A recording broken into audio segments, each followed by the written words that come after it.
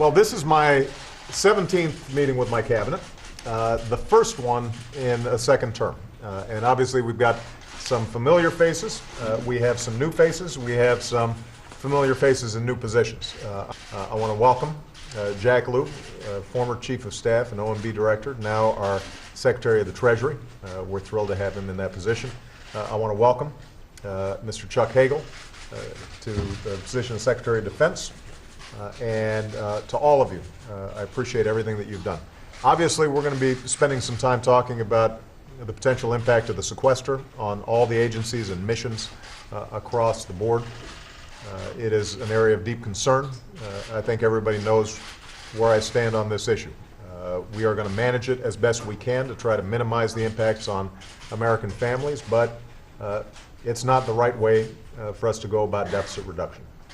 It makes sense for us to take a balanced approach that takes a long view and doesn't reduce our commitment to things like education and basic research that will help us grow over the long term. And so I will continue to seek out partners on the other side of the aisle so that we can create the kind of balanced approach of spending cuts, revenues, entitlement reform that everybody knows is the right way to do things.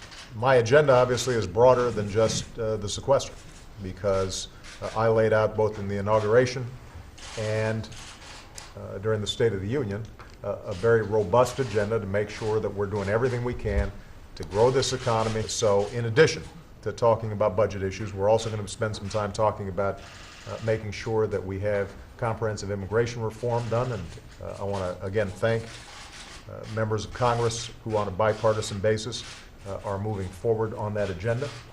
We're going to have the opportunity to talk about initiatives like early childhood education that can have an enormous impact on our kids and ultimately our growth and productivity.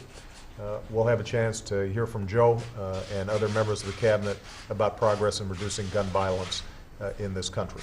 So one of the things that I've instructed not just my White House but every agency is to make sure that regardless of some of the challenges that they may face because of sequestration, we're not going to stop working on behalf of the American people and make sure that we're doing everything we can to continue to grow this economy and improve people's prospects. All right. Thank you very much, everybody. Thank you. Thank you. Thanks, everybody.